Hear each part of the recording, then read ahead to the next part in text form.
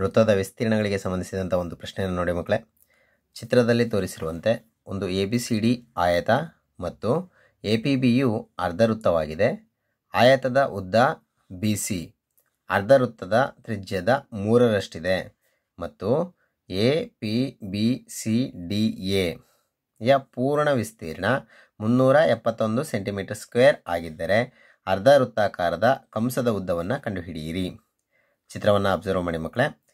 ABCD ಒಂದು ಆಯತ ಅಂತ ಕೊಟ್ಟಿದ್ದಾರೆ ಮತ್ತು APB ಅರ್ಧವೃತ್ತ. APB ಇಲ್ಲಿರುವಂಥದ್ದು ಅರ್ಧವೃತ್ತ ಆಗಿದೆ. ಆಯತದ ಉದ್ದ ಅಂದರೆ BC ಅಳತೆಯನ್ನು ಹೇಳಿದ್ದಾರೆ. ನೋಡಿ ಯಾವ ರೀತಿ ಹೇಳಿದ್ದಾರೆ. ಅರ್ಧವೃತ್ತದ ತ್ರಿಜ್ಯದ ಅರ್ಧವೃತ್ತ ಯಾವುದು? APBಯ ತ್ರಿಜ್ಯದ 3ರಷ್ಟಿದೆಯಂತೆ. APBಯ ತ್ರಿಜ್ಯ ಅಂತಂದರೆ APಯ ಅರ್ಧ, ಅದನ್ನು ನಾವು ತ್ರಿಜ್ಯ ಅಂತ ಕರಿತೀವಿ. ABಯ ಅರ್ಧವನ್ನು ತ್ರಿಜ್ಯ ಅಂತ ಕರಿತೀವಿ. ಆ ತ್ರಿಜ್ಯದ 3ರಷ್ಟಿದೆಯಂತೆ. ಮತ್ತು APBCDA ನೋಡಿ, APBCDA ಅಂದರೆ ಪೂರ್ಣ ಆಕೃತಿಯ ವಿಸ್ತೀರ್ಣವನ್ನು ಕೊಟ್ಟಿದ್ದಾರೆ. 371 ಸೆಂಟಿಮೀಟರ್ ಸ್ಕ್ವೇರ್ ಆಗಿದ್ದರೆ ಅರ್ಧವೃತ್ತಾಕಾರದ ಕಂಸದ ಉದ್ದವನ್ನು ಕಂಡುಹಿಡಿಯಬೇಕು. ಅರ್ಧವೃತ್ತಾಕಾರ ಅಂತಂದರೆ APB ಕಂಸದ ಉದ್ದವನ್ನು ನಾವಿಲ್ಲಿ ಫೈಂಡ್ ಔಟ್ ಮಾಡಬೇಕು. ಪರಿಹಾರವನ್ನು ನೋಡಿ ಮಕ್ಕಳೇ. AB ವ್ಯಾಸ ಆಗಿರುತ್ತೆ. APB ಅರ್ಧವೃತ್ತವನ್ನು ತಗೊಂಡಾಗ AB ಅನ್ನೋದೇನಾಗಿರುತ್ತೆ? ವ್ಯಾಸ ಆಗಿರುತ್ತೆ. ವ್ಯಾಸ ಗೊತ್ತಿದೆ ಅಂದಮೇಲೆ ತ್ರಿಜ್ಯ ಏನಾಗಿರುತ್ತೆ ಮಕ್ಕಳೇ? ವ್ಯಾಸದ ಅರ್ಧದಷ್ಟಿರುತ್ತೆ ಅಂತ ಹೇಳ್ಬೋದು. ಹಾಗಾದರೆ ವ್ಯಾಸ ಎಷ್ಟು? ವ್ಯಾಸ ಯಾವುದು? ABಯ ಅರ್ಧ, ಅದನ್ನು ನಾವೇನಂತ ಕರಿತೀವಿ? ತ್ರಿಜ್ಯ ಅಂತ ಕರಿತೀವಿ. ಈ R ಅನ್ನೋದು ಅರ್ಧವೃತ್ತದ ತ್ರಿಜ್ಯ ಆಗಿರುತ್ತೆ. ಈಗ ನಮಗೆ ಲೆಕ್ಕದಿಂದ ಆಯತದ ಉದ್ದ ಕೊಟ್ಟಿದ್ದಾರೆ. ಅವರು ಯಾವ ರೀತಿ ಕೊಟ್ಟಿದ್ದಾರೆ? ಅರ್ಧವೃತ್ತದ ತ್ರಿಜ್ಯದ 3ರಷ್ಟಿದೆ ಅಂತ ಕೊಟ್ಟಿದ್ದಾರೆ. ಹಾಗಾದರೆ ಆಯತದ ಉದ್ದ ಎಷ್ಟು ಮಕ್ಕಳೇ? BC. ಆಯತದ ಉದ್ದವನ್ನು BC ಅಂತ ತಗೊಳ್ಳಿ ಅಂತ ಕೊಟ್ಟಿದ್ದಾರೆ. ಈಸ್ ಈಕ್ವಲ್ ಟು ಅರ್ಧವೃತ್ತದ ತ್ರಿಜ್ಯವನ್ನು ಏನಂತ ತೊಗೊಂಡಿದ್ದೀವಿ ನಾವಿಲ್ಲಿ? R ಅಂತ ತೊಗೊಂಡಿದ್ದೀವಿ. R ಅಂದರೆ ಏನು? AB/2. ಈ AB/2ನ ಇಲ್ಲಿ ನಾವು ತಗೊಳ್ಳೋಣ. 3 × AB/2.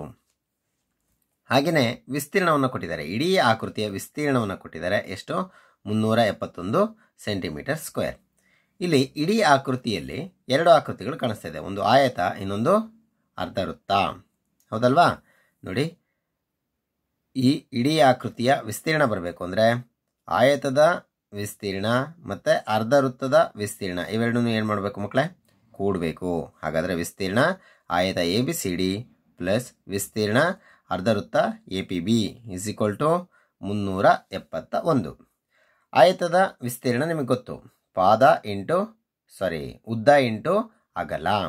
ಹಾಗಾದರೆ ಉದ್ದವನ್ನು AB ಅಂತ ತಗೊಳ್ಳೋದು, ಅಗಲವನ್ನು BC ಅಂತ ತಗೊಳ್ಳುವಂಥದ್ದು.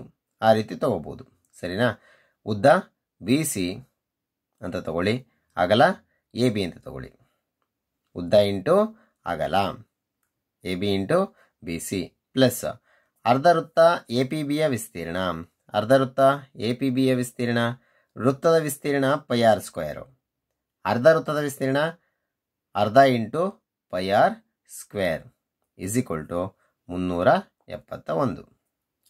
ಸಬ್ಸ್ಟಿಟ್ಯೂಟ್ ಮಾಡೋಣ ಮಕ್ಕಳೇ. ನೋಡಿ ಮಕ್ಕಳೇ, AB ಅಂದರೆ AB ಅಂತ ಹಾಗೆ ಬರ್ಕೊಳ್ಳಿ. BC ಅಂತಂದರೆ ನಾವು 3AB/2 ಅಂತ ನಾವು ಆಲ್ರೆಡಿ ತಿಳ್ಕೊಂಡಿದ್ದೀವಿ. ಎಲ್ಲಿ ತಿಳ್ಕೊಂಡಿದ್ದೀವಿ ಮಕ್ಕಳೇ? ನೋಡಿ, BC ಅಂದರೆ 3AB/2. ಇದನ್ನು ನಾವು ಇಲ್ಲಿ ಬಳಕೆ ಮಾಡ್ಕೊಂಡಿದ್ದೀವಿ. 3AB/2 ಪ್ಲಸ್ 1/2 ಹಾಗೇ ಇರಲಿ. π ಅಂದರೆ 22/7. R ಅಂದರೆ AB/2. ಅದನ್ನು ಇಲ್ಲಿ ಬರಿತಾ ಇದ್ದೀನಿ. AB/2 whole square is equal to 371. ಸರಿನಾ ಮಕ್ಕಳ? Next AB into AB square ಆಗುತ್ತೆ. 3 ಹಾಗೇ ಇರಲಿ. 3AB²/2 ಪ್ಲಸ್ ಇಲ್ಲಿ 2ರಿಂದ 22ನ ಡಿವೈಡ್ ಮಾಡಿ ಮಕ್ಕಳೇ. 11 ಆವರ್ತಿ ಹೋಗುತ್ತೆ. 2 11 22. ಹಾಗಾದರೆ ಇಲ್ಲಿ ಕೆಳಗಡೆ ಉಳಿದಿದ್ದು 7. 11/7 ಇಂಟು AB² ಸ್ಕ್ವೇರನ್ನು ನಾನು 2 ಇಂಟು 2 ಅಂತ ಬರ್ಕೊಂಡಿದ್ದೀನಿ ಮಕ್ಕಳೇ. Is equal to 371. ಇಲ್ಲಿ 1/2 ಇದೆ. ಇಲ್ಲೂ ಕೂಡ 1/2 ಕಾಮನ್ ಆಗಿದೆ. ಸೊ 1/2ನ ಕಾಮನ್ ತೆಗೀರಿ. ಹಾಗೆಯೇ ಇಲ್ಲೂ ಎ ಬಿ ಸ್ಕ್ವೇರ್ ಇದೆ, ಇಲ್ಲೊಂದು ಎ ಬಿ ಸ್ಕ್ವೇರ್ ಇದೆ. ಎರಡು ಕಡೆಯಿಂದ ನಾವು ಕಾಮನ್ ತೆಗೆಯೋಣ, ಅಂದರೆ ಸಾಮಾನ್ಯ ಅಪವರ್ತನವನ್ನಾಗಿ ಹೊರಗಡೆ ತೆಗೆಯೋಣ. 1/2 ಎ ಬಿ ಸ್ಕ್ವೇರ್ನ ತೆಗೆದ್ರೆ ಇಲ್ಲಿ ಉಳಿದಿದ್ದು 3 ಉಳಿತು, ಪ್ಲಸ್ 11/7 ಹಾಗೆ ಉಳ್ಕೊಂಡಿರುತ್ತೆ. ಜೊತೆಗೆ ಇಲ್ಲೊಂದು 2 ಹೋಗಿರುತ್ತೆ ಛೇದದಿಂದ, ಇನ್ನೊಂದು 2 ಉಳ್ಕೊಂಡಿರುತ್ತೆ. ಅಂದರೆ 7 ಉಳ್ಕೊಂಡಿರುತ್ತೆ, 2 ಉಳ್ಕೊಂಡಿರುತ್ತೆ. 7 7 14 ಆಗುತ್ತೆ. ಎ ಬಿ ಸ್ಕ್ವೇರ್ ಹೊರಟೋಗಿದೆ, 11 ಉಳ್ಕೊಂಡಿರುತ್ತೆ, 7 ಉಳ್ಕೊಂಡಿರುತ್ತೆ, ಈ 1 2 ಉಳ್ಕೊಂಡಿರುತ್ತೆ. ಸರಿನಾ ಮಕ್ಕಳ? Is equal to 371. ನಂತರ ಎ ಬಿ ಸ್ಕ್ವೇರ್ ಹಾಗೆ ಇರಲಿ, ಇಲ್ಲಿ 2 ಭಾಗಿಸ್ತಾ ಇತ್ತಲ್ವ ಮಕ್ಕಳ, ಅದನ್ನು 371 ಕಡೆ ಕಳಿಸಿ ಗುಣಿಸುತ್ತೆ. 3 + 11/14. ಇದನ್ನು ಈ ಎರಡನ್ನು ಕೂಡಬೇಕು. ಎರಡನ್ನು ಕೂಡೋದು ಹೇಗೆ? 3/1 ಅಂತ ತಗೊಳ್ಬೇಕು.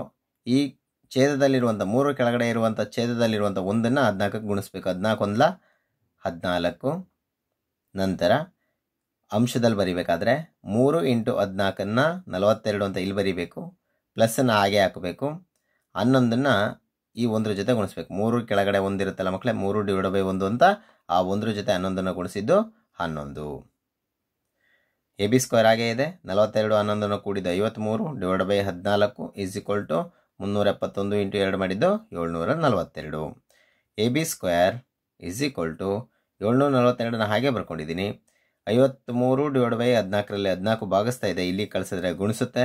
54 ಇಲ್ಲಿ ಗುಣಿಸ್ತಾ ಇದೆ, ಇಲ್ಲಿ ಬಂದರೆ ಭಾಗಿಸುತ್ತೆ.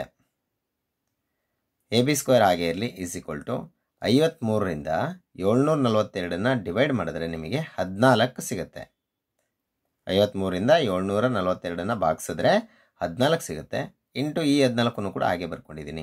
14 × 14 ಅಂತಂದರೆ 14 ಸ್ಕ್ವೇರ್ ಅಂತ ಅರ್ಥ. A B square is equal to 14 square ಅಂತ ಆಗುತ್ತೆ.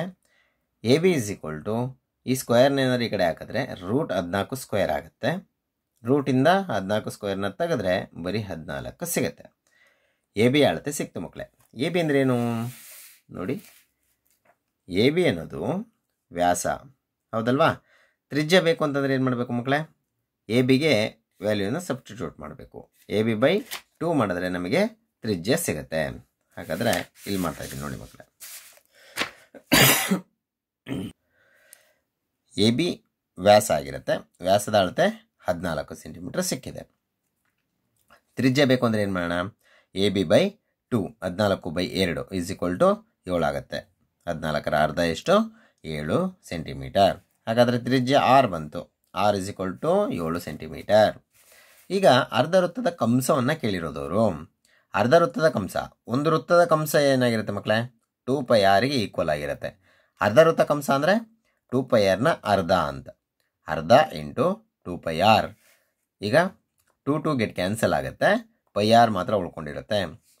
π ಅಂದರೆ 22/7 ಇಂಟು r ಅಂದರೆ 7.